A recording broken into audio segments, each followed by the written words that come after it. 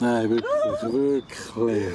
Das ist aber das Haus nicht mehr. Ja, so gut. Ich hole uns etwas zu trinken.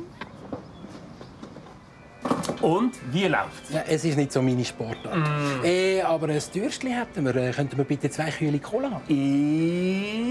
Voilà. 2 Röhrchen. Und da. Sie fällt Ihnen da eigentlich nicht auf. Ich weiss nicht, was Sie meinen. Warum sind denn die Colas so wahnsinnig klein? Fällt Ihnen eigentlich nicht auf? Steht da auf dem Schild Golf oder steht dort eventuell Minigolf? Ja, schon. Und bei unseren Bahnen ist dort Ihnen nicht irgendetwas aufgefallen? Nein.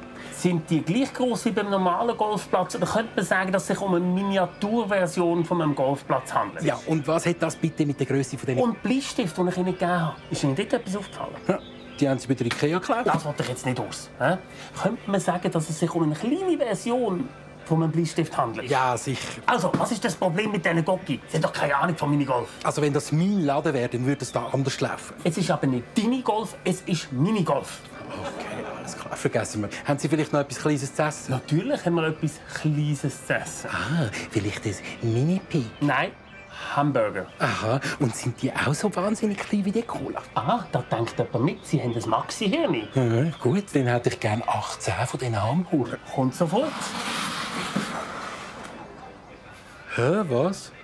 Ja, Ihre Hamburger. Oh, jetzt habe ich meine Lupe nicht mitgenommen. Macht 96,80 Franken. Was? Alles meine ausser Preise, hä? Das ist wieder typisch. Was hat denn Mini mit den Preisen zu tun, bitte schön? Sind Sie schon mal in einem Hotel gewesen? Ist Ihnen dort etwas aufgefallen? Jetzt fängt das wieder an. Dort hat es so einen kleinen Kühlschrank im Zimmer. Wie heisst der? Der heisst doch Minibar. Minibar. Haben Sie dort schon mal etwas daraus getrunken? Ist das günstig? Es ist sauteuer. Sehen Sie. Und Swiss Miniatur, die Eintrittspreise. Ha, Moment mal. Warum sind Sie eigentlich nicht klein? Sie sind gross, hä? Haha, Sie haben keine Ahnung von Minigolf. Das muss ich mir nicht bieten. Jetzt komme ich raus.